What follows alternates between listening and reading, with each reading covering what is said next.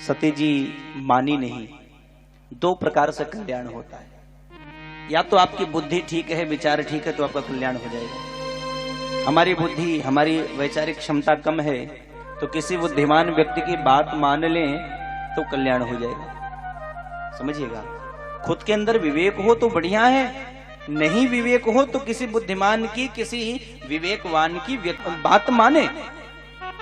और दोनों काम नहीं करोगे तो कल्याण कैसे होगा? खुद की बुद्धि भी नहीं है और बुद्धिमान की माने भी नहीं है, तो कल्याण संभव नहीं है। एक बेटा था, उसका बाप बड़ी प्रशंसा करता था कि मेरा बेटा है, बड़ा बुद्धिमान है।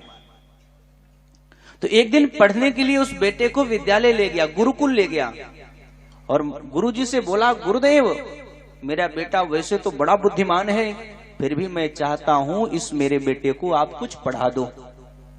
गुरुजी ने कहा, अरे ये पहला बाप है जो पहले से ही बेटे की प्रशंसा कर रहा है। गुरुजी ने कहा ठीक है, उसका नाम लिख लिया, एडमिशन कर लिया अपने गुरुकुल में।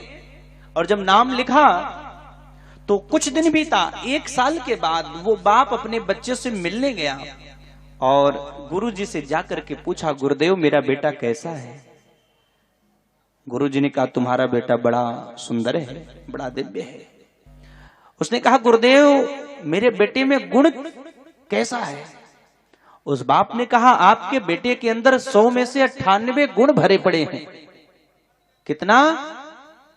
100 में से 98। तो बाप बड़ा खुश हो गया, वाह 100 में से 98 गुण। लेकिन गुरुजी से बोला, गुरुजी ये 2 गुण कम क्यों हैं? ये कौन कौन से गुण कम है, जरा बता दो। तो गुरुजी की बात पर ध्यान दीजिएगा, गुरुजी बोले क्या? गुरुजी ने कहा, बेटा 100 में से 98 गुण भरे हैं, 2 गुण कम हैं, लेकिन ये 2 गुण कौन कौन से कम है जानते हो? पिता ने कहा, बताओ।